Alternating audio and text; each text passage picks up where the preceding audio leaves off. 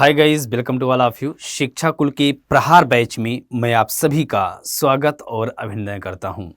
आज हम लोग इस सेशन में करने वाले हैं साउथ अमेरिकन कॉन्टिनेंट मींस दक्षिणी अमेरिका महाद्वीप के बारे में। दक्षिणी अमेरिका महाद्वीप में पर्वत श्रेणियों के बारे में, चोटी के बारे में, प्रमुख नदियों के बारे में एंड झील के बारे में। ये पूरा हम लोग आज के सेशन में डिस्कस करेंगे। इससे पहले हमने कल के सेशन में आप लोगों के साथ डिस्कस किया था नॉर्थ अमेरिकन कॉन्टिनेंट, जिसमें नॉर्थ अमेरिका की प्रमुख पर्वत श्रेणियां, उनकी चोटी, पठार, झील और रिवर्स, ये सब कुछ हमने कल आपके साथ डिस्कस किया था। आज हम लोग साउथ अमेरिका कॉन्टिनेंट, फिर यूरोप, एशिया एंड अफ्रीका में। इस प्रकार आपका जवाब होगा कि सर 5 से 6 दिन में आपका पूरी मैपिंग कंप्लीट हो जाएगी। तो चलें सभी लोग जल्दी से जुड़ जाएं, क्लासेस आपकी स्टार्ट हो गई हैं। यहाँ पे हम लोग बात करेंगे साउथ अमेरिका कॉन्टिनेंट के बारे में। जब हम साउथ अमेरिका कॉन्टिनेंट पर नज़र डालते हैं तो थोड़ा सा पहले ये देखो कि आखिर में दक्षिण अमेरिका महाद्वीप के अंतर्गत कौन कौन से देश आते हैं, एक नज़र होना चाहिए। जैसे आपने देखा था कि नॉर्थ अमेरिका में कनाडा, यूएसए, मैक्सिको, ये आप देखा था। उसी प्रकार यदि हम साउथ अमेरिका पे नज़र डालें तो यहाँ से देखें, ये है कोलंबिया। बस एक नज़र, ज़्यादा आपको नहीं ध्यान देना, बस एक नज़र। कहते हैं ना, छोटी नज़र होनी चाहिए, एक नज़र देख लो ना। तो इसी प्रकार यहाँ पे आपको एक नज़र देखना है। कोलंबिया, इक्वाडोर, देखिए Colombia, Ecuador, Peru, Bolivia, Chile, Argentina, Uruguay, then Paraguay and Brazil, then Suriname, यहाँ पे आप देख सकते हैं सूरीनाम, गुयाना एंड फ्रेंच, यहाँ पे आप देख सकते हैं। तो ये सभी क्या है, ये सभी साउथ अमेरिका कॉन्टिनेंट की कंट्रीज हैं। दक्षिण अमेरिका महाद्वीप के जो देश हैं, उन देशों को आपने यहाँ पे देख लिया। तो दक्षिण अमेरिका महाद्वीप के कौन कौन से देश हैं? तो आप कहोगे अच्छा ये बताओ सर, पराग्वे क्या दक्षिण अमेरिका महाद्वीप का देश है? आप कहोगे हाँ।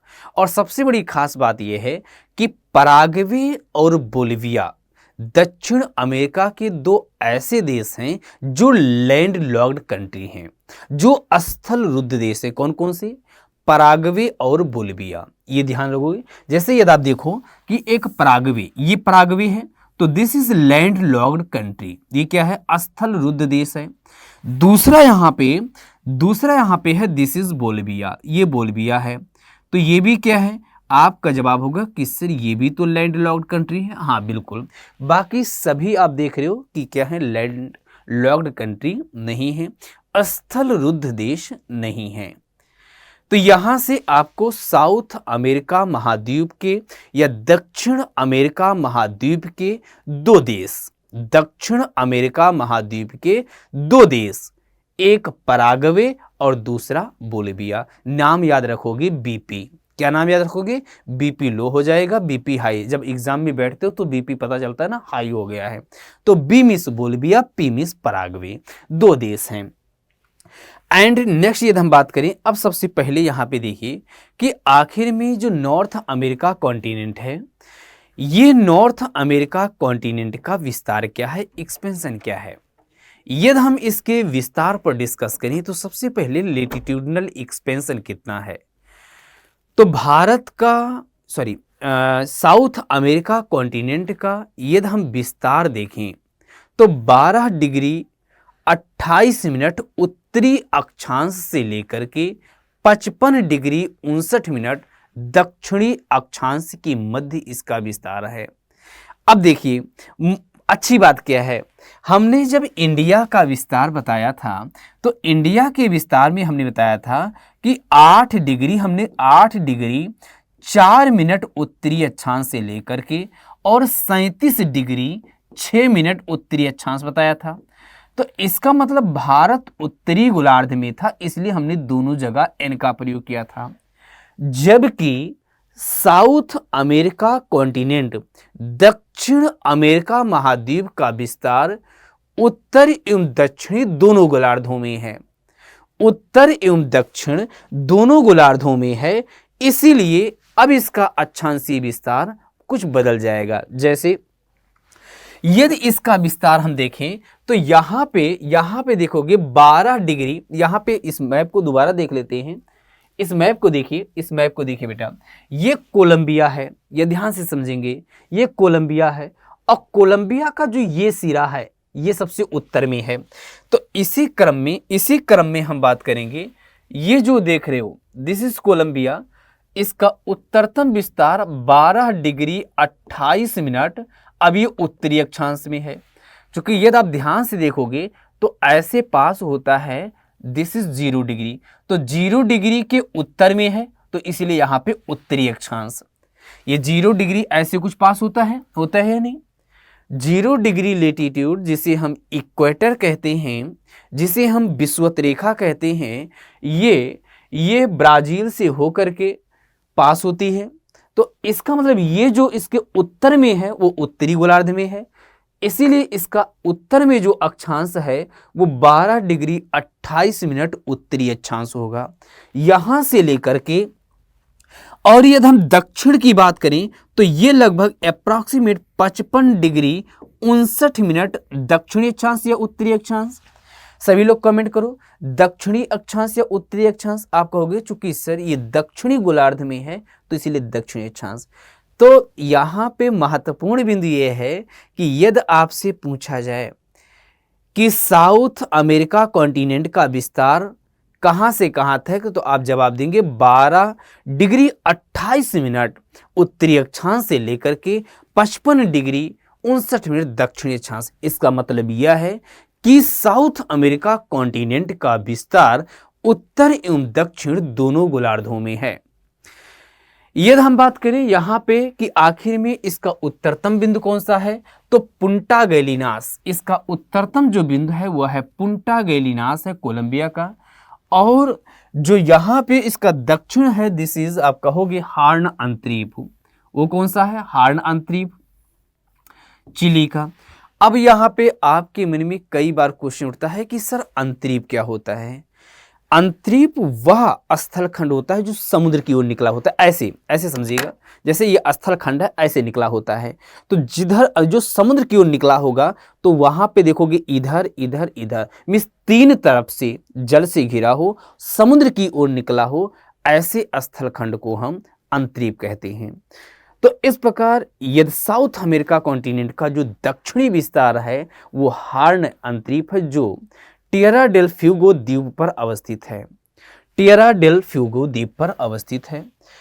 अब यदि हम देशांतरीय विस्तार की बात करें तो आप अच्छे से जानते हैं, जैसा कि हमने बताया था कि 0 डिग्री लॉन्गिट्यूड को हम प्राइम मेरिडियन लाइन या ग्रीनविच रेखा कहते हैं, जो ग्रेट ब्रिटेन से होकर ये पास होती है, जो इंग्लैंड से होकर गुजरती है। तो इंग्लैंड के ईस्ट में आप देखोगे यूरोप है, एशिया है, ये है, और वेस्ट में देखोगे तो आप कहोगे कि सर नॉर्थ अमेरिका है, साउथ अमेरिका है। तो इतना तो कॉमन सेंस के आधार पे आप बता सकते हो कि हाँ इसका जो देशांतरीय विस्तार होगा पश्चिम में होगा।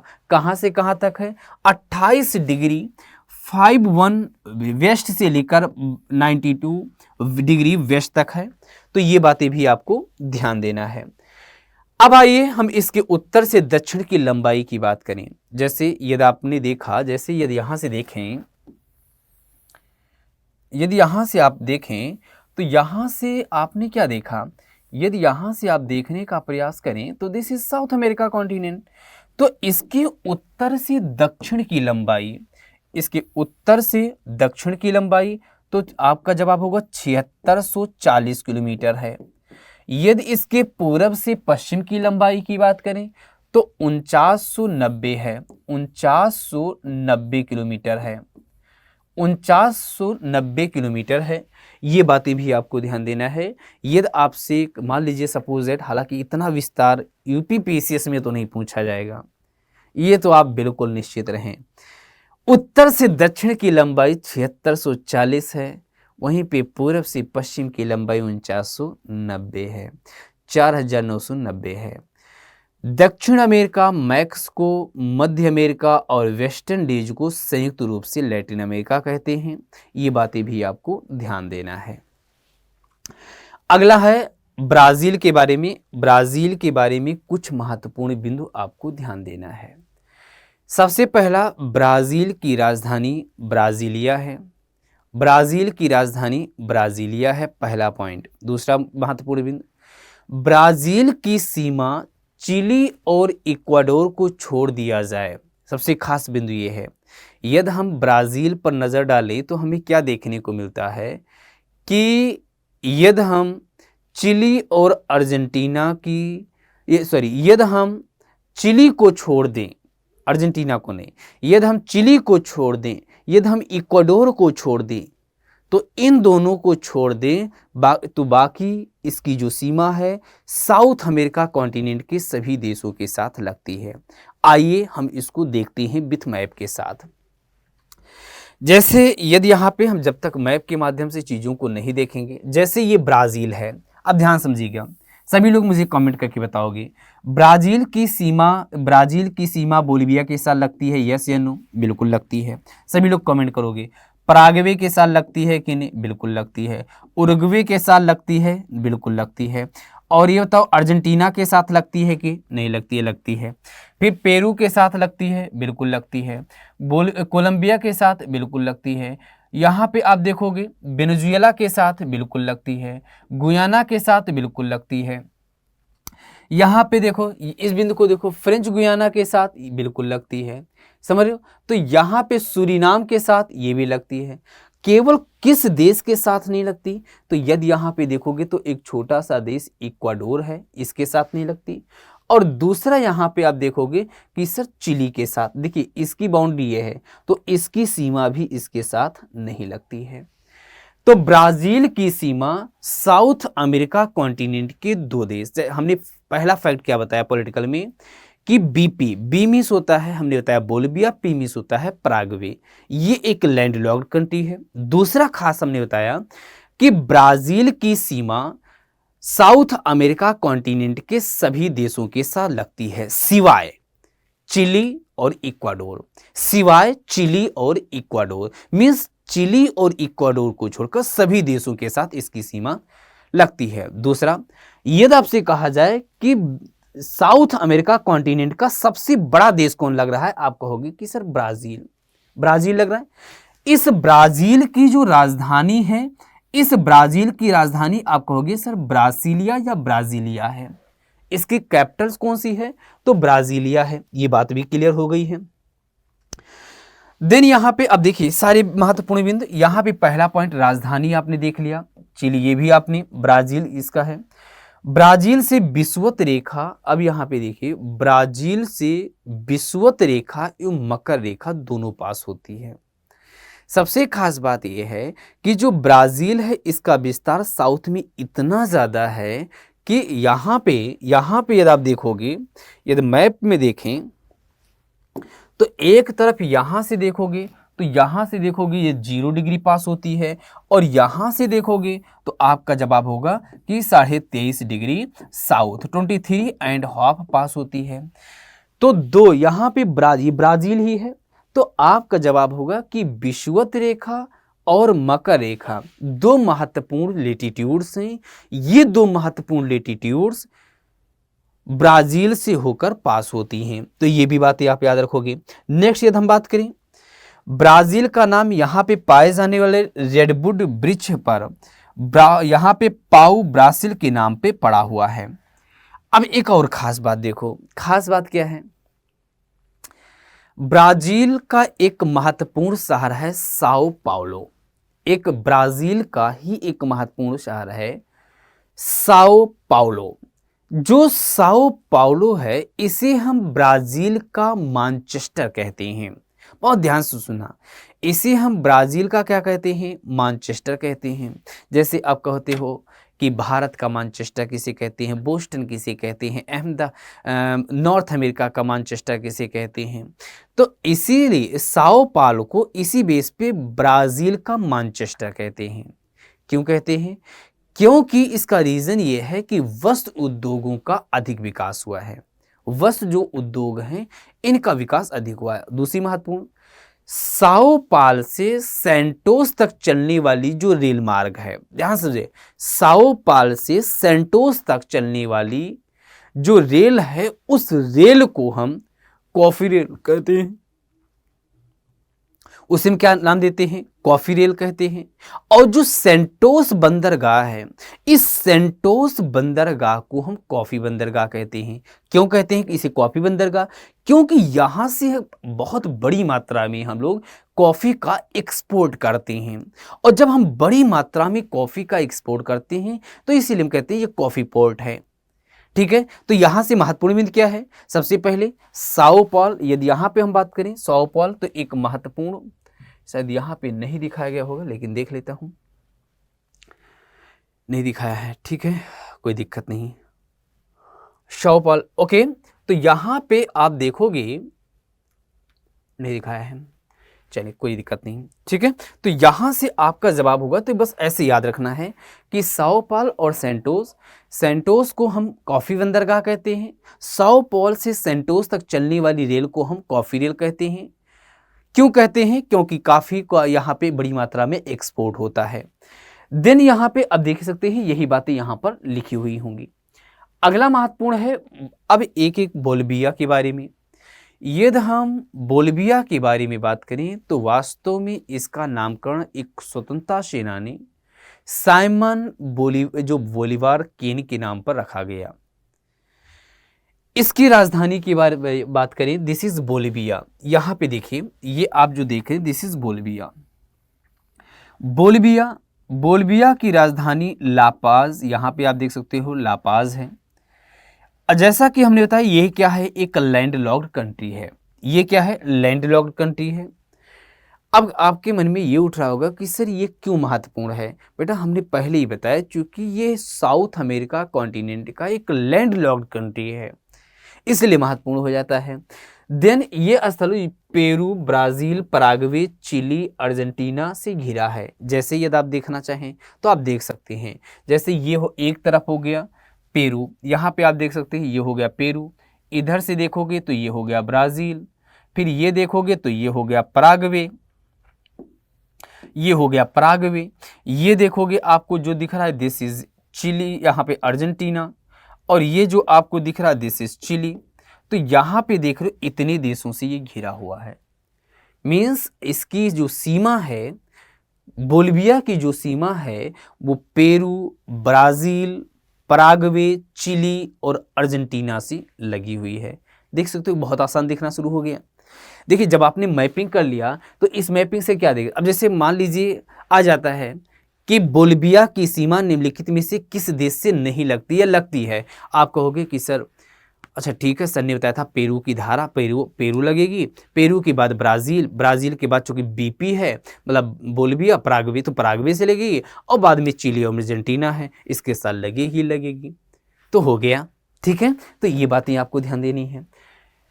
अब यहाँ पे अगला महत्वपूर्ण चिली है। चिली की राजधानी सेंटियागो है। यहाँ पे अगला महत्वपूर्ण है चिली, चिली की राजधानी सेंटियागो। आइए थोड़ा सा हम इस पर नजर डालते हैं। जब इस पे हम देखते हैं कि आखिर में जो चिली है, इस चिली की राजधानी सेंटियागो है, तो आखिर में ये सेंटियागो की स्थिति को हम थोड़ा सा नजर डालते हैं। जब यहाँ पे हम आएंगे तो यहाँ पे देखिए ये लिखा हुआ है चिली की राजधानी सेंटियागो, स्टार बना हुआ है, स्टार बना हुआ है। तो चिली की राजधानी क्या है? सेंटियागो है। सबसे खास बात यह है कि ये चिली की राजधानी सेंटियागो जो है, ये यहाँ पे रसदार फलों के वृक्ष पाए जाते हैं। अभी हम आगे डिस्कस करेंगे। तो इसकी राजधानी क्या है? सेंटियागो है। दूसरा महत्वपूर्ण बिंदु समझिए, यहाँ पे वालपरोज, ये एक स्थान है वालपरोज जो तेल शोधक की दृष्टि से, पेट्रोकेमिकल की दृष्टि से और शराब उत्पादन की दृष्टि से महत्वपूर्ण है। शराब, यहाँ पे तेल शोधक, ये वालपरोज जो है ये तेल शोधक, पेट्रोकेमिकल्स, शराब उत्पादन, इन सब की दृष्टि से महत्वपूर्ण है। दूसरा महत्वपूर्ण है अरिका। अरिका क्या है? ये विश्व का सबसे शुष्कतम, विश्व का सबसे शुष्कतम स्थान है। यदि आपसे कहा जाए विश्व का सबसे शुष्कतम स्थान कौन सा है, आप क्या जवाब देंगे? जल्दी से बताओ। विश्व का सबसे शुष्कतम स्थान कौन सा है? आप लोग क्या जवाब देंगे? जल्दी से बताओ। जब बेटा कमेंट तो आपको करना पड़ेगा, बिना चूंकि कमेंट किए ना हम आगे की ओर नहीं चलते हैं।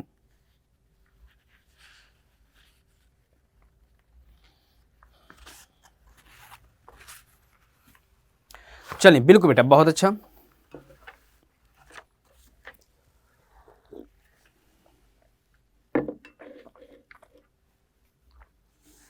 चलो और बताओ, सभी लोग जवाब दोगे? ओके। आप कहोगे सर अरिका है, ये विश्व का सबसे शुष्कतम स्थान है।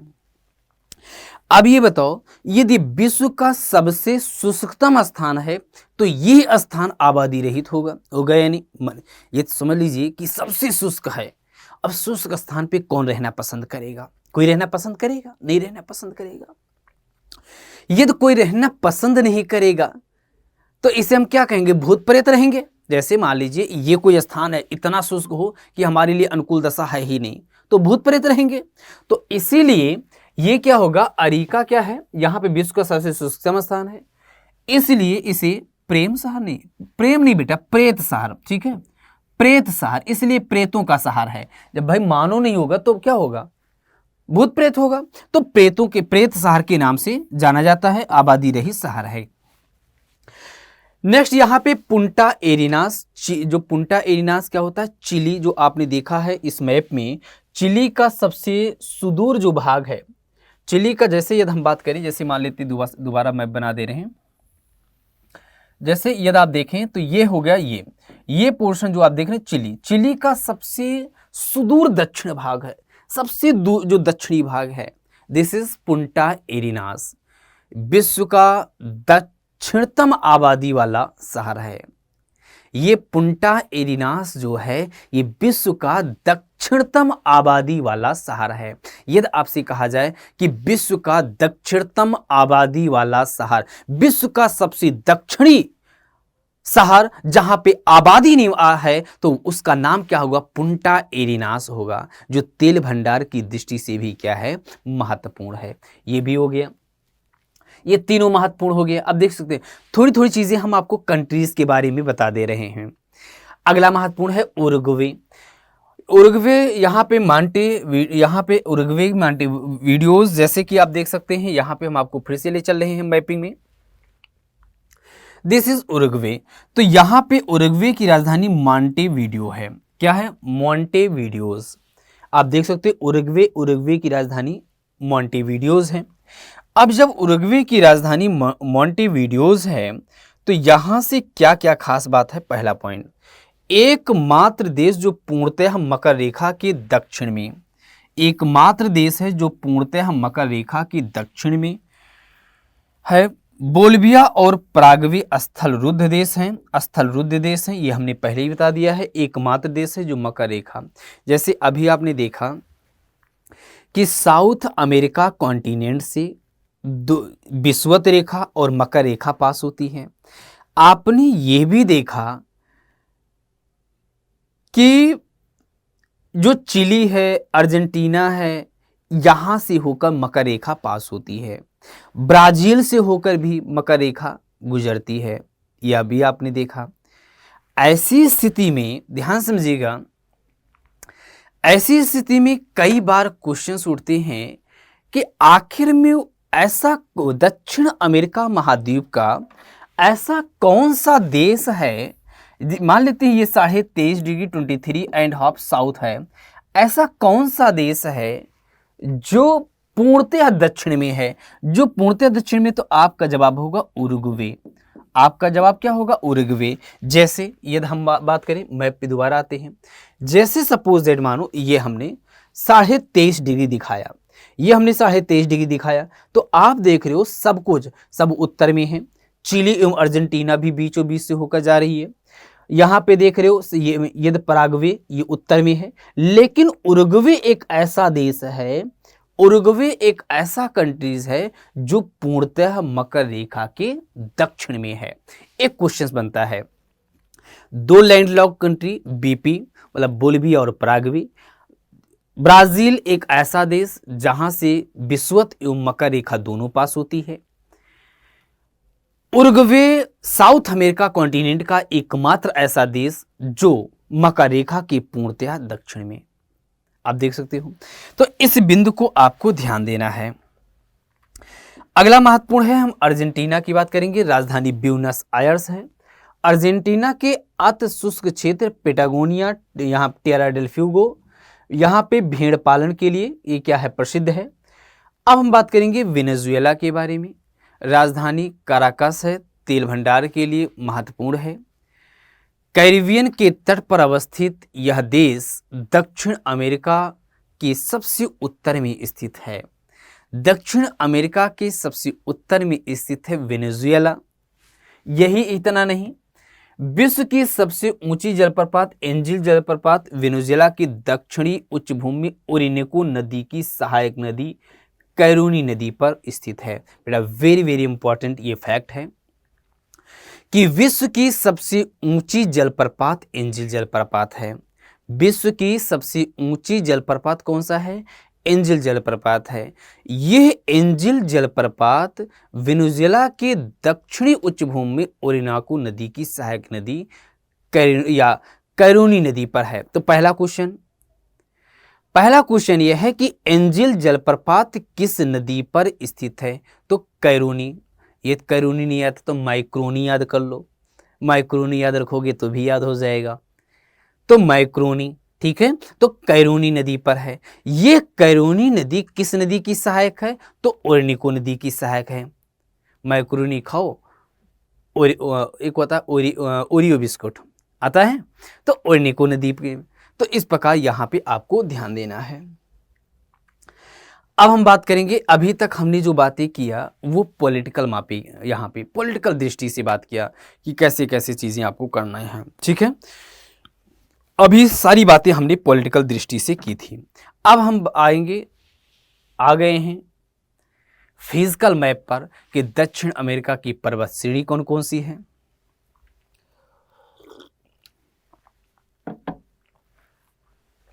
जैसे सबसे पहला हम बात करेंगे एंडीज पर्वत श्रेणी। एंडीज पर्वत श्रेणी ये विश्व की सबसे लंबी पर्वत श्रृंखला है। पहला पॉइंट ये उठता है, एंडीज पर्वत श्रेणी विश्व की सबसे लंबी पर्वत श्रृंखला है। Point number first. दूसरा, यह जो एंडीज पर्वत श्रेणी है, यह एंडीज पर्वत श्रेणी 7 देशों में, दक्षिण अमेरिका महाद्वीप के 7 देशों में विस्तृत है। जैसे यदि हम बात करें वेनेजुएला, कोलंबिया, ध्यान समझिएगा, जैसे हम मैप में आपको बताएं, Venezuela, Colombia, Ecuador, Peru, Bolivia, Chile, Argentina. आप याद करिए ऐसे, यदि आप मैप पे थोड़ा सा मैप यहाँ पे, यदि हम मैप पे आपको यहाँ पे ले चलें, आप इसको सारे को मिटा दीजिए, ठीक है। यदि हम दोबारा आपको इसी मैप पे, यदि हम वेनेजुएला, देखिए सबसे पहले कैसे कैसे, देखिए यहाँ से वेनेजुएला, कोलंबिया, इक्वाडोर, पेरू, यहाँ पे पेरू, बोलिविया, चिली, अर्जेंटीना। देखिए ये किसका विस्तार है, तो आपका जवाब होगा कि सर ये जो विस्तार है, ये विस्तार किसका है, आपका जवाब होगा कि सर एंडीज का विस्तार है। यहाँ 1, 2, 3, 4, ठीक है, 5, 6, 7, 7 देशों में विस्तृत है। कितने देशों में विस्तृत है, तो आपका जवाब होगा 7 देशों में विस्तृत है। बातें क्लियर हुई। Venezuela, Colombia, Ecuador, Peru, Bolivia, Chile और अर्जेंटीना। अभी हम ये बात करें इसके हम महत्वपूर्ण बिंदुओं पे, तो सबसे पहले आपने क्या देखा कि ये पर्वत तंत्र Venezuela, Colombia, Ecuador, Peru, Bolivia, Chile और अर्जेंटीना 7 देशों में विस्तृत है। क्या है ये, विस्तृत है बेटा। 7 देशों में एंडीज पर्वत जो श्रेणी है इसका विस्तार है। इसकी सर्वाधिक चौड़ाई यदि आप ध्यान से देखोगे तो यहाँ से देखो, यहाँ से लेकर के और बोलिविया तक इसकी सर्वाधिक जो चौड़ाई है वो कहाँ है, बोलिविया में। तो अर्जेंटीना स्थित यहाँ पे आप देख सकते हो बोलिविया के क्षेत्र में, बोलिविया के क्षेत्र में चौड़ाई सर्वाधिक है और यहाँ पे इसे दो भागों में वर्गीकृत है। अर्जेंटीना स्थित एकांकागुआ दक्षिण अमेरिका की सबसे ऊंची चोटी है। जैसे यहीं पे देखोगे एकांकागुआ है, दिस इज एकांकागुआ। जैसे आपने देखा था एकांकागुआ, ध्यान समझिएगा, जब हमने आपको नॉर्थ अमेरिका कॉन्टिनेंट पढ़ाया था तो नॉर्थ अमेरिका कॉन्टिनेंट में हमने बताया था रॉकीज पर्वत श्रेणी जिसका विस्तार कनाडा, यूएसए और मैक्सिको में है, और उसकी सर्वोच्च जो चोटी थी वो माउंट एल्बर्ट थी। यहां पे क्या है, हमने बताया आपको कि जो एंडीज पर्वत श्रेणी है इसका विस्तार कहां से है, कोलंबिया या Venezuela, Colombia, Ecuador, Peru, Bolivia, Chile और अर्जेंटीना। और इसकी जो सर्वोच्च चोटी है, इसकी जो हाईएस्ट पीक है वो कौन सी है, एकांकागुआ। इसकी सर्वाधिक जो चौड़ाई है वो बोलिविया में है, जहां इसे हम दो भागों में बांट देते हैं, जैसे कार्डिलेरा ऑक्सीडेंटल और कार्डिलेरा ओरिएंटल। जैसे आपने मैक्सिको में डिवाइड किया था कौन, सियरा माद्रे, वहां पे नाम दिया था सियरा माद्रे ऑक्सीडेंटल और सियरा माद्रे ओरिएंटल। यहां पे आपने क्या नाम दिया, कार्डिलेरा ऑक्सीडेंटल, कार्डिलेरा ओरिएंटल। ठीक है। अगला महत्वपूर्ण, अभी इससे पहले हमने क्लास में आपको पढ़ाया था ज्वालामुखी वोल्केनो पढ़ाया था, और वहां पे हमने बताया था एक्टिव वोल्केनो का उदाहरण, बहुत सारे उदाहरण बताए थे कि मोना लोआ, हवाई, कोटोपैक्सी, बहुत सारे उदाहरण बताए थे। इनमें से एक हमने बताया था कि चिली एवं अर्जेंटीना की सीमा पर एक एक्टिव वोल्केनो है जिसका नाम है ओजस डेल सालाडो। क्या नाम बताया था, ओजस डेल सालाडो। ये विश्व का सबसे ऊंचा ज्वालामुखी है। तो यहां पे ध्यान देना है, चिली एवं अर्जेंटीना यदि हम बात करें, जैसे ये है, जैसे यदि हम बात करें तो ये है, दिस इज, ये है, तो ये हो गया चिली या अर्जेंटीना। इसी की सीमा पर आप देखोगे एक ज्वालामुखी पर्वत है जिसका नाम है ओजस डेल सालाडो। ओजस डेल सालाडो, ओजस डेल सालाडो, ये क्या है, आपका जवाब होगा ओजस डेल सालाडो। ये चिली एवं अर्जेंटीना की सीमा पर स्थित है। यस या नो, बिल्कुल सही है।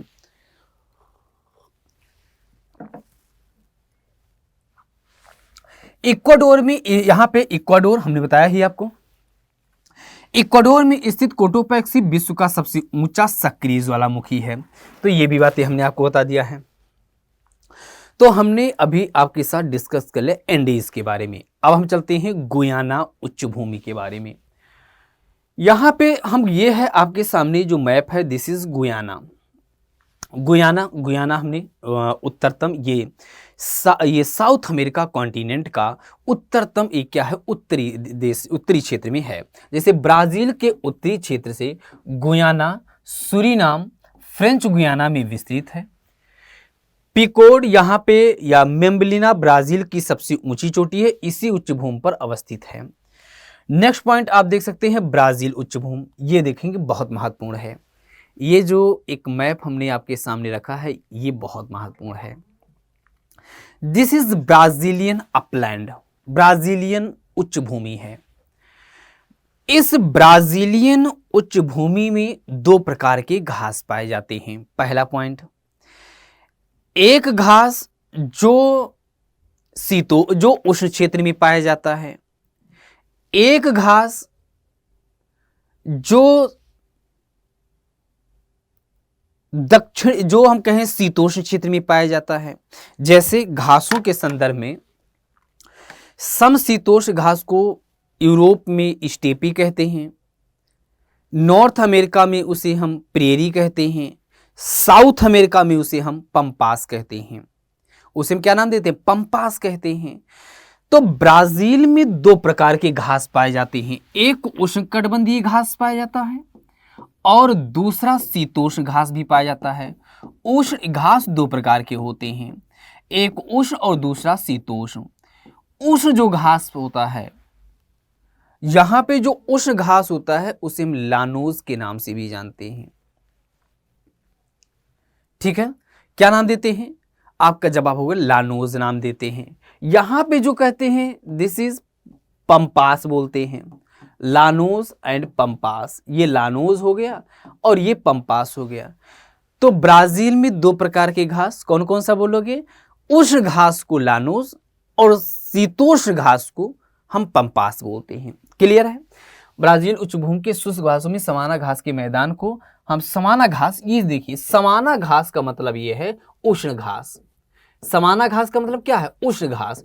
उष्ण घास के मैदान को हम नाम देते हैं कि लानोस है। ब्राजील का पठार अत्यंत अपरदित भूभाग है जिसका उत्तरी और पूर्वी भाग तीव्र है। इसका सर्वोच्च शिखर वेडिरिया जो 2890 इसी पठार में स्थित है। एंड ब्राजीलियन उच्चभूमि कॉफी के लिए, बेटा कॉफी, कॉफी नहीं कॉफी, ठीक है। ब्राजीलियन उच्चभूमि कॉफी के लिए महत्वपूर्ण है। अब जब ये कॉफी के लिए महत्वपूर्ण है तो यहां पर इस ब्राजील में कॉफी के बागानों को फजेंडा कहते हैं। कॉफी के बागानों के क्या नाम देते हैं? फजेंडा कहते हैं। जैसे कहा जाए कि कॉफी के बागानों को फजेंडा कहाँ कहते हैं, तो आपका जवाब होगा कि सर ब्राजील में कहते हैं। कहाँ कहते हैं? तो ब्राजील में कॉफी के बागानों को हम फजेंडा कहते हैं। बातें क्लियर हैं? बागानों। एंड देन यहाँ पे अगला महत्वपूर्ण है बोलिविया का पठार। आप देख सकते हैं दिस इज बोलिविया। जैसे हमने अभी आपके साथ डिस्कस किया, एंडीज पर्वत के दो श्रेणी के मध्य स्थित एक अंतर पर्वतीय पठार है बोलिविया का पठार, जो बोलिविया में विस्तृत है। सबसे पहले बोलिविया में विस्तृत है, हमने बताया आपको कार्डिलेरा ऑक्सीडेंटल और कॉर्डिलेरा ओरिएंटल। बोलिविया में एंडीज की पर्वत, यदि हम कहें कि एंडीज पर्वत की सबसे अधिक चौड़ाई कहाँ पे है, आप कहोगे कि सर बोलिविया में है। यहाँ दो भागों में बढ़ जाती है, कॉर्डिलेरा ऑक्सीडेंटल, कॉर्डिलेरा ओरिएंटल। तो दो श्रेणियों के मध्य एक पठार है जिसे नाम देते हैं बोलिविया का पठार। अब ये बोलिविया का जो पठार है वो टिन भंडार की दृष्टि से, टिन भंडार की दृष्टि से क्या है? अत्यंत महत्वपूर्ण है। यदि टिन भंडार की दृष्टि से यह अत्यंत महत्वपूर्ण है तो ये बात भी आपको याद रखना है। ऐसे ना हो कि हाँ बस मैं यहाँ पढ़ा दिया बाकी सारी चीजें बस हो जाएंगी, नहीं, ऐसा कुछ नहीं, ठीक है।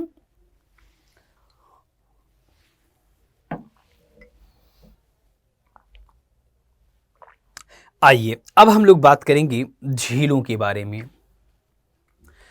अब कहोगे कि सर इसमें तो बहुत ज़्यादा, बेटा इसमें बहुत ज़्यादा जो पर्वत श्रेणियाँ या चोटी नहीं हैं। जैसे आप याद करो कल के सेशन में हमने बहुत सारी पर्वत श्रेणियों के बारे में डिस्कस किया था, आपको याद होगा। हमने Alaska Range, Brooks Range, Coast Range, Cordillera Coast Range, Cascade Range, Sierra Nevada, Sierra Madre Occidental, Sierra Madre Oriental, Appalachian, Canadian Shield, बहुत सारी पर्वत श्रेणियों के बारे में, चोटी के बारे में बताया था। माउंट मैकिनले याद आ रहा है, माउंट एल्बर्ट बताया, माउंट मिशेल, माउंट विटनी, ये चोटियों के बारे में डिस्कस किया था। तो वहाँ पे क्या है ज़्यादा थी तो इसलिए ज़्यादा डिस्कस किया था। यहाँ पे इतना नहीं, इसलिए हम कम ही डिस्कस कर रहे हैं। तो घबराना नहीं है कि सर ने ऐसा नहीं कि छोड़ दिया, ऐसा कुछ नहीं है। जितना है सब कुछ हम आपको करा रहे हैं। अगला है यहाँ पे मराकैबो झील दक्षिण अमेरिका का सबसे बड़ा झील है। दक्षिण अमेरिका का सबसे बड़ा झील कौन सा झील है? मराकैबो झील है। ये वेनेजुएला के उत्तर में स्थित प्रमुख तेल क्षेत्रों में से एक है। जो तेल उत्पादक क्षेत्र हैं उन तेल उत्पादक क्षेत्रों में से एक है। जैसे मराकैबो जो लेक्स है वेनेजुएला के उत्तर में है। एक शब्द हमने कहा वेनेजुएला के उत्तर में है। जैसे ये आप देखोगे वेनेजुएला, ये आप देख सकते हो लिखा भी दिस इज वेनेजुएला, और वेनेजुएला के उत्तर में लेक मराकैबो। ये क्या है? लेक मराकैबो है, दिस इज मराकैबो। और इस प्रकार हम कहेंगे ये जो मराकैबो लेक्स है ये क्या है? खनिज तेल की दृष्टि से अत्यंत महत्वपूर्ण है। खनिज तेल की दृष्टि से अत्यंत महत्वपूर्ण है। साथ ही साथ में ये प्राकृतिक गैस की दृष्टि से भी महत्वपूर्ण है। प्राकृतिक गैस की दृष्टि से भी महत्वपूर्ण है। तो ये आपको मराकैबो लेक्स एक बार आ चुका है, शायद मुझे ऐसा, ये यूपीएससी में शायद आया है, यूपीएससी का है। मराकैबो लेक से संबंधित यूपीएससी में क्वेश्चन पूछा जा चुका है। तो मराकैबो लेक्स ये दक्षिणी अमेरिका का सबसे बड़ा झील है जो वेनेजुएला के उत्तर में है। यदि हम और आपको दिखाएं, 1 मिनट थोड़ा सा और देखिए आप लोग। यदि आप देखिए, इस मैप पे नजर डालें तो ये है वेनेजुएला, यहां पे देखिए बेटा, ये है वेनेजुएला, ये वेनेजुएला है और ये है वेनेजुएला के उत्तर में, दिस इज मराकैबो लेक्स। यदि आप चाहें तो इस मैप से देखिए, जैसे ये आपको जो दिखाई दे रहा है दिस इज मराकैबो लेक्स, तो इस बिंदु को मराकैबो लेक्स जो वेनेजुएला के उत्तर में स्थित है, वेनेजुएला के उत्तर में स्थित है। एंड नेक्स्ट पॉइंट हम ये बात करेंगे, वेनेजुएला के उत्तर में स्थित है। दूसरा है टिटिकाका झील। टिटिकाका झील के साथ सबसे खास बात यह है कि ये विश्व का सबसे ऊंचा नौगम्य झील है। ये टिटिकाका झील विश्व का सबसे ऊंचा नौगम्य झील है। जैसे हमने कहा विश्व का सबसे ऊंचा नौगम्य झील कौन सा है, आप कहोगे कि सर विश्व का सबसे ऊंचा नौगम्य झील मराकैबो है, कहोगे गलत बता रहे हो, कहोगे टिटिकाका है, हाँ बिल्कुल सही है। तो विश्व का सबसे ऊंचा नौगम्य झील टिटिकाका झील है। आखिर में ये टिटिकाका झील स्थित कहाँ है? ये टिटिकाका झील बेटा बोलिविया और पेरू के मध्य स्थित है। जैसे यदि हम बात करें, जैसे यहाँ पे यदि हम बात करें, ध्यान से समझिएगा बेटा, ये आप देख रहे हो इस मैप, यहाँ से हम हो जाए, ओके, यहाँ पे आप देख रहे हो ये जो कंट्रीज हैं, आपको लोगों को दिखाई दे रहा है, दिस इज पेरू। ये कौन सा है? पेरू है। और ये कौन सा है? आप बोलिविया है। तो इस पेरू और बोलिविया के मध्य में स्थित है दिस इज टिटिकाका। ये जो आप देख रहे हो, ये जो झील देख रहे हो, यही क्या है? टिटिकाका झील है। तो किन दो देशों के मध्य स्थित है? एक आपका जवाब होगा पेरू और दूसरा आपका जवाब होगा कि बोलिविया। पेरू और बोलिविया के मध्य इसका विस्तार है। किसके मध्य? पेरू और यहां पर बोलिविया के मध्य इसका विस्तार है। यस या नो? ओके। नेक्स्ट यदि हम बात करें, अगला महत्वपूर्ण बिंदु है यहाँ पे, बोलिविया और पेरू के मध्य विश्व का सबसे ऊंचा नौगम्य झील है। ये भी बातें हमने आपके साथ शेयर कर दी हैं। नेक्स्ट बिंदु पे बात करें, अगला है पोपो झील, कहते हैं पोपो, ठीक है, बोलिविया में स्थित है। अब देखिए पेरू और बोलिविया के मध्य टिटिकाका झील है। आइए थोड़ा सा हम एक बार और मैप दिखाते हैं आपको, जब तक मैप आपको दिखाएंगे ना तभी मजा आएगा। ये देखिए, यदि हम इस मैप पे देखें तो पेरू और बोलिविया के मध्य है यहाँ पे टिटिकाका झील। यहाँ पे कौन सा झील है? टिटिकाका झील है। ये टिटिकाका, ठीक है, ये टिटिकाका लेक है। यहाँ पे आपने देखा मराकैबो लेक्स है। यहाँ पे आप देखा दिस इज मराकैबो लेक्स है, मराकैबो लेक्स है, ये भी आपने देख लिया। यहाँ पे बोलिविया में भी एक आप देखोगे झील है। इसी झील की चर्चा हम आपके साथ कर रहे हैं। यहाँ पे आप देखोगे मात्र केवल बोलिविया के मध्य में स्थित है। बोलिविया के मध्य में स्थित है, बोलिविया के मध्य में स्थित है। इस बोलिविया के मध्य में स्थित है कौन सा? पोपो झील। इसी के बारे में हमने आपके साथ डिस्कस किया है। फिर उसके बाद गल्योगोस द्वीप, तेंदुए, चिड़िया, मछलियों की अनोखी किस्म यहाँ पे पाए जाते हैं इस द्वीप पर। जैसे आप देख रहे हो गैलापागोस द्वीप समूह है ये, और यहाँ पे देखोगे आपको तेंदुए, फिर चिड़िया, मछलियों की अनोखी किस्में यहाँ पर पाई जाती हैं। अब एक और देखो महत्वपूर्ण, जैसे एक कुछ यहाँ पे प्रायद्वीप के बारे में हम बात करेंगे। जब हम प्रायद्वीप के बारे में बात करते हैं तो सबसे पहला मन में आता है, अच्छा ये बताओ साउथ अमेरिका में कौन कौन सा प्रायद्वीप हो सकता है? जैसे हम कहें कि ये बताओ कि दक्षिण अमेरिका के प्रायद्वीपों के नाम आप बताओ, तो पहला मन में तो यही उठेगा कि सर ये बताओ कि आखिर में ये जो प्रायद्वीप कौन कौन सा हो सकता है। तो एक महत्वपूर्ण सबसे पहला एक द्वीप बताया जिसे हम कहते हैं गल्पागोस द्वीप। गल्पागोस की द्वीप के बारे में। दूसरा यहाँ पे ताई ताओ प्रायद्वीप है। कौन सा प्रायद्वीप है? यहाँ पे यहाँ पे ताइपाओ प्रायद्वीप है। इस प्रायद्वीप पेनास की खाड़ी एवं प्रशांत महासागर से घिरा दक्षिणी चिली में अवस्थित है। अब जैसे हमने कहा पेनास की खाड़ी एवं प्रशांत महासागर से घिरा हुआ है, दक्षिणी चिली में अवस्थित है। अब दक्षिणी चिली के संदर्भों में बात करें, दूसरा वाल्देज प्रायद्वीप अर्जेंटीना का एक प्रायद्वीप जो उत्तर में सैन मेटियास की खाड़ी, पश्चिम में सैन जोस और दक्षिण में न्योबा खाड़ी एवं अटलांटिक महासागर से घिरा है। देन वाल्देज प्रायद्वीप। बेटा ये दोनों याद रखोगे आप, सबसे पहला ताइताओ प्रायद्वीप और दूसरा वाल्देज प्रायद्वीप। क्या नाम है?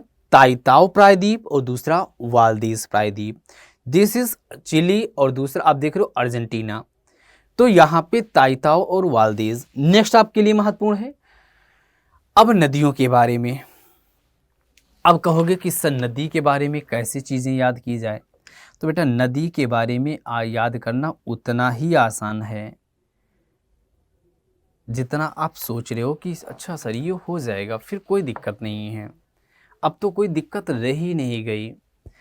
सबसे पहले कई बार क्वेश्चन उठता है कि आखिर में रिवर्स होता क्या है, नदी क्या होती है। तो जब हम नदी की बात करते हैं तो नदी वह प्राकृतिक वाहिका होती है। नदी वह प्राकृतिक वाहिका होती है जो जल को एक स्थान से दूसरे स्थान तक स्थानांतरित करती है। बात समझिएगा, नदी वह प्राकृतिक वाहिका होती है जो जल को एक स्थान से दूसरे स्थान तक स्थानांतरित करती है। इसी क्रम में एक महत्वपूर्ण दक्षिण अमेरिका महाद्वीप की एक महत्वपूर्ण नदी है जिसका नाम है अमेजन नदी, अमेजन फ्लिपकार्ट। ठीक है, अमेजन फ्लिपकार्ट। तो इसी प्रकार एक महत्वपूर्ण नदी है जिसका नाम है अमेजन नदी। लोग कहते हैं, ध्यान समझिएगा जो मैं बताना चाह रहा हूं, लोग कह देते हैं कि अमेजन नदी जो है, यह अमेजन नदी कहां से निकलती है। तो एक शब्द में कहना बहुत आसान हो जाता है कि यह एंडीज पर्वत से निकलती है। लेकिन अब समस्या यह है कि एंडीज पर्वत श्रेणी का विस्तार तो कोलंबिया में भी है, वेनेजुएला, देखिए इसका विस्तार यदि हम देखें तो Venezuela, Colombia, Ecuador, Peru, Bolivia, Chile, Argentina, इन सभी में है। तो आखिर में किस वाले क्षेत्र से निकलती हैं? बस समझ रहे हो नहीं, मेरी जो कहने का मतलब समझने का प्रयास करना है। जैसे यदि हम पेरू के संदर्भों में बात करें, जैसे हम बात करें इसका यहाँ पे एंडीज पर्वत पेरू, यहाँ पे हमने देखो क्लियर कर दिया, क्लियर ये किया कि आखिर में यदि एंडीज का विस्तार जो विश्व की सबसे लंबी पर्वत श्रृंखला है, विश्व की सबसे लंबी पर्वत श्रृंखला कौन सी? यही एंडीज है। यह एंडीज सबसे लंबी है और साथ ही साथ में 7 देशों में इसका विस्तार है। तो आखिर में किस देश के समीप से निकलती है? तो एंडीज पर्वत पेरू के स्रोत से निकलती है और यहां से निकलने के बाद ये कहां पे जाएगी? अटलांटिक ओशन में अपना मुहाना बनाती है। कहां पे? अटलांटिक ओशन में जाकर गिर जाती हैं। अटलांटिक ओशन में गिरने से पहले होता क्या है, इस बिंदु को समझना है बेटा। कुछ खास बिंदु है इसके साथ। ये जब पेरू से निकलती है तो पेरू और ब्राजील, यहां पे देखिए बेटा, जब यहां से निकलती है, दिस इज पेरू, तो पेरू से निकल करके आप देख रहे हो इस प्रकार होते हुए ब्राजील से होते हुए अंततः यहां पे जाकर गिर जाती है। Miss Peru and then Brazil, Peru से निकलने के बाद पेरू ब्राजील होते हुए, जैसे पेरू से निकला ऐसे जाएगा ब्राजील, कहेगा मैं भी जा रहा हूं, और फिर कहेगा मैं गिर जाऊंगा अटलांटिक में। ठीक है, तो अटलांटिक महासागर तक बहने वाली नदी जिसकी लंबाई है 6500 किलोमीटर, विश्व की दूसरी सबसे लंबी नदी है। विश्व की दूसरी सबसे लंबी नदी है। एक बार सभी लोग कमेंट करके बताओ कि विश्व की सबसे लंबी नदी क्या है। सभी लोग कमेंट करो, जो कि जब तक कमेंट नहीं आएगा मजा नहीं आएगा, किसी हालत में मजा नहीं आएगा।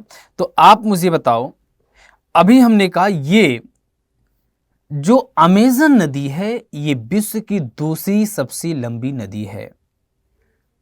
तो विश्व की सबसे लंबी नदी कौन सी है? जल्दी से बताओ बेटा। हमने कई बार आपके साथ डिस्कस किया, एक दो बार ने कई बार डिस्कस किया है। नील नदी कौन सी है? नील नदी। नील नदी के बारे में अभी हम अफ्रीका कॉन्टिनेंट पे डिस्कस करेंगे, बताएंगे दो, एक वाइट नील है, दूसरा ब्लू नील नदी है, खार्तूम में मिलते हैं, फिर उसके बाद ये जाकर जाते हुए फिर भूमध्य सागर में जाकर गिर जाते हैं। ठीक है, बात करेंगे विस्तार से नील नदी के बारे में। तो नील नदी विश्व की सबसे लंबी नदी है, लेकिन दूसरी सबसे लंबी नदी कौन सी है? अमेज़न नदी है। तो ये बातें आपको, तथा जल क्षमता में देखा जाए तो विश्व की सबसे बड़ी नदी है। मैडीरा अमेज़न की सबसे बड़ी सहायक नदी है। आइए हम लोग देखें, इसमें शायद बना भी होगा, ये देखते हैं। ये है, ठीक है, दिस इज मैडीरा, दिस इज मैडीरा, ये देखिए लिखा हुआ है मैडीरा।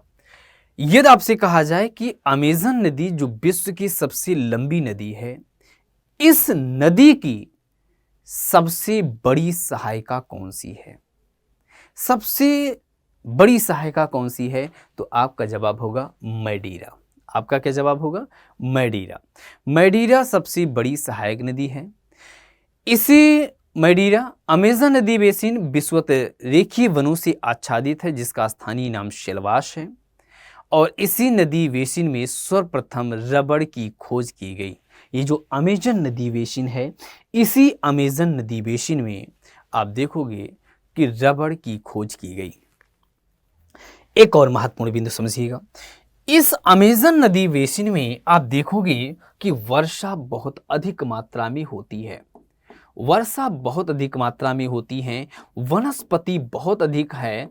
इसके बावजूद भी ब्राज़ील क्या है, एक देखा जाए तो गरीब देश, हम गरीब देश ही मानते हैं इसे, गरीब देश ही मानते हैं। ऐसा क्यों? क्योंकि इसका अत्यधिक दोहन हम नहीं कर पा रहे हैं। इतना ज़्यादा सघन है, यहाँ पे वनस्पतियों की इतनी ज़्यादा सघनता है कि इसका हम जो आर्थिक क्रियाओं में उपयोग ही नहीं कर पा रहे हैं। हालांकि ये सही है कि अब हम नई नई तकनीकों के माध्यम से इसका उपयोग करना शुरू कर दिए हैं, लेकिन फिर भी कहीं ना कहीं हमारे लिए समस्या है। तो सर्वप्रथम अमेज़न नदी घाटी के बारे में सबसे पहला कहाँ से निकलती है? तो आपका जवाब होगा एंडीज। एंडीज में कहाँ? पेरू से। मुहाना का अटलांटिक, पेरू ब्राज़ील होते हुए गिर जाती है। सबसे लंबी सहायिका कौन सी है? तो मैडीरा। ठीक है, विश्व की दूसरी सबसे लंबी नदी है। विश्व की सबसे लंबी नील नदी। अमेज़न नदी जो बेसिन है ये विश्वत रेखीय वनों से आच्छादित है। इसी नदी बेसिन में सर्वप्रथम रबड़ की खोज की गई। ओके, नेक्स्ट पॉइंट समझते हैं। अगला महत्वपूर्ण बिंदु ये है कि ओरिनिको नदी घाटी। यदि हम ओरिनिको नदी घाटी पे बात करते हैं तो यहाँ पे आप देखोगे दिस इज गुयाना उच्च भूमि। यहाँ पे आप देखोगे यहाँ पे ओरिनिको नदी गुयाना। आइए हम लोग दोबारा आपको दिखाते हैं, यहीं पे शायद गुयाना ये है, शायद यहाँ पे दिस इज़ गुयाना, और यहीं से एक नदी बहती है जिसका नाम है दिस इज़ ओरिनिको। यहाँ पे आप देख सकते ओरिनिको रिवर्स। कहाँ पे? गुयाना में। यदि ओरिनिको गुयाना उच्चभूमि, स्रोत क्या है? गुयाना उच्चभूमि से निकलती है। सबसे पहले एक ओरिनिको नदी घाटी, अमेज़न नदी घाटी आपने पढ़ लिया। जब अमेज़न पढ़ लिया तो अमेज़न के बाद अगला महत्वपूर्ण हो जाता है कि सर गुयाना उच्चभूमि। ठीक है, बहुत अच्छी बात है। निकास अटलांटिक महासागर। विश्व की सबसे ऊंची एंजिल जलप्रपात, इसकी सहायक नदी आप देखोगे तो हाँ जी बिल्कुल बेटा, बिल्कुल बिल्कुल, कोई दिक्कत नहीं है। ठीक है, तो आपका जवाब होगा अटलांटिक महासागर में स्थित है। नेक्स्ट तीसरा आपके सामने है मैग्डोलेना। मैग्डोलिना निकास एंडीज पर्वत श्रेणी, यहाँ पे देख सकते हैं। दिस इज निकास, यहाँ पे निकास कैरिबियन सागर में, ये कैरिबियन सागर में जाकर के गिर जाती है। एंडीज पर्वत के दो पर्वत श्रेणी कार्डिलेरा ओरिएंटल और कार्डिलेरा ऑक्सीडेंटल के बीच, ये बीच भरी घाटी से होकर बहती है, या हम भ्रंश घाटी यदि कहें, भ्रंश घाटी से होकर बहती है। तो देखिए थोड़ा सा कुछ महत्वपूर्ण हो जाता है बेटा, ये किस दृष्टि से, पहला पॉइंट जो मैग्डोलेना है, यदि हम बात करें मैग्डोलेना के संदर्भों में, तो मैग्डोलेना जो नदी है, ये मैग्डोलेना नदी ये एंडीज पर्वत श्रेणी से निकलती है। और जब ये एंडीज पर्वत श्रेणी से निकलती हैं तो यहाँ से निकलने के बाद, जब ये नदी निकलती है तो यहाँ से निकलने के बाद ये कैरिबियन सी में, कैरिबियन सागर में जाकर गिर जाती हैं। एंडीज पर्वत की श्रेणी के दो पर्वत श्रेणी कार्डिलेरा ओरिएंटल और ऑक्सीडेंटल, हमने बताया था आपको, इनके भ्रंश घाटियों से ये प्रवाहित होती हैं। नदी बेसिन के कैरिबियन जो तटीय निम्न भूमि है वो तेल भंडार के लिए महत्वपूर्ण है, तेल भंडार की दृष्टि से महत्वपूर्ण है। ये भी आपको ध्यान देना है मैग्डोलेना के संदर्भों में। यस या नो? नेक्स्ट यदि हम बात करें तो यहाँ पे अगला आपके लिए महत्वपूर्ण है, और इस प्रकार यहाँ से यदि हम बात करें तो पराना नदी घाटी, ब्राज़ील की जो भूमि है, ब्राज़ील की जो उच्च भूमि है, इस ब्राज़ील की उच्च भूमि, जलभूमि नहीं बेटा, उच्च भूमि है, इस ब्राज़ील की उच्च भूमि से निकलती है मुहाना, Rio de la Plata, Rio de la Plata, this is देख सकते हो यहाँ पे, यहाँ से निकलती है। एंड देन आप देख सकते हो दिस इज पराना नदी, और ये रियो डी प्लाटा है, रियो डी प्लाटा में जाकर के गिर जाती हैं। ये नदी पराग्वे और ब्राज़ील, ये पराग्वे और ब्राज़ील के बीच प्राकृतिक सीमा का निर्धारण करती है। ब्राज़ील पराग्वे अर्जेंटीना से होकर बहती विश्व का सबसे बड़ा जलप्रपात जो आयतन की दृष्टि से इवाजी इसी नदी पर अवस्थित है। पराना नदी पर निर्मित जो इत्यापू बांध है वो दक्षिण अमेरिका का सबसे बड़ा बांध है, दक्षिण अमेरिका का सबसे बड़ा बांध माना जाता है। तो ये रहा पराना नदी घाटी। तो हमने साउथ अमेरिका, इसी के साथ आपका कंप्लीट होता है, ये साउथ अमेरिका भी कंप्लीट होता है। तो सभी लोग आप देख रहे हैं कितनी बेहतरीन तरीके से साउथ अमेरिका कॉन्टिनेंट भी हमने कंप्लीट कर दिया है। शिक्षा कुल, आखिर में वाय शिक्षा कुल को हम क्यों चूज करें, आखिर में क्या खास बात है? तो शिक्षा कुल आपको उपलब्ध कराई, this is live mentorship, live mentorship आपको दे रही है। Then up to date full syllabus coverage, up to date full syllabus coverage यहाँ पे आपको कराया जाएगा। Unlimited views on lectures, unlimited views on lectures, dedicated live doubt solving session, comprehensive PDF notes, answer writing practice for mains, ये सारी चीजें आपको इस शिक्षा कुल पे कराई जा रही हैं। शिक्षा कुल पीसीएस का इकलौता ऐसा चैनल है जो केवल और केवल पीसीएस पर डेडिकेटेड है। तो आप सभी लोग जुड़े हमारे साथ शिक्षा कुल परिवार के साथ। शिक्षा कुल में आप देख रहे हो इतनी खासियत के बाद साथ ही साथ में हमारे यहाँ कुछ टेस्ट सीरीज मॉड्यूल्स उपलब्ध हैं। यूपीपीसीएस प्रीलिम्स, यूपीपीसीएस यहाँ पे UPPSC prelims test series, and then यहाँ पे यूपीपीसीएस प्रीलिम्स बेस्ड मॉड्यूल्स आपको, या दिस इज क्रैश कोर्स है। And then UP police constable भी यहाँ पे क्रैश कोर्स आपको उपलब्ध कराया जा रहा है, फ्री है बेटा, ये फ्री है। आर टेस्ट सीरीज ये भी। तो आप देख सकते हैं शिक्षा कुल ऐप को आप लोग डाउनलोड करें, प्ले स्टोर में जाएं, वहाँ से आप शिक्षा कुल को डाउनलोड करके, और उसके बाद यहाँ पे ये पुलिस की तैयारी कर रहे हैं, दरोगा बनना चाह रहे हैं, ठीक है, पुलिस बनना चाहते हैं तो आप ये वाला फ्री कर सकते हैं। ये पीसीएस इस बार देना चाह रहे हैं तो ये वाला आप ले सकते हैं। ये क्रैश कोर्स आपको लगता है कि मेरे कहीं ना कहीं कुछ कमियां रहेगी तो आप ये ज्वाइन कर लो, ठीक है, आर के लिए ज्वाइन कर लो, मतलब जो भी यदि आपको लगता है कि नहीं मेरी तैयारी अच्छी तो कोई बात नहीं, फिर मत ज्वाइन करो, दोनों बातें हैं। लेकिन हाँ, यदि आपको कहीं भी लगता है कि हाँ कमियां हैं तो इस कमियों को दूर करें हमारे साथ शिक्षा कुल परिवार के साथ। तो इस प्रकार was free classes, download the शिक्षा कुल ऐप, यहाँ से इस प्रकार आप देख सकते हैं। तो हम लोग इसी प्रकार हम लोगों ने ये किया है। कल हम लोग एक बेहतर तरीके से जितना हमने आपको पढ़ाया है इस पर हम आपको एमसीक्यूज कराएंगे। ठीक है, तो चलें हम लोग मिलते हैं फिर एक नए सेशन में, एक नए अंदाज में और एक नई एनर्जी के साथ, जिसमें बहुत सारी चीज़ें बताने वाले हैं। कल एमसीक्यूज़ होगा और जिसमें आपको निर्धारित करना होगा कि हाँ, हमने कितनी बेहतरीन तरीके से पढ़ा है, हमने क्या सीखा है। तो आज की क्लास यहीं तक, इसके आगे क्लासेस हम लोग कल। ओके, तो okay, thank you so much. जय हिंद, जय भारत।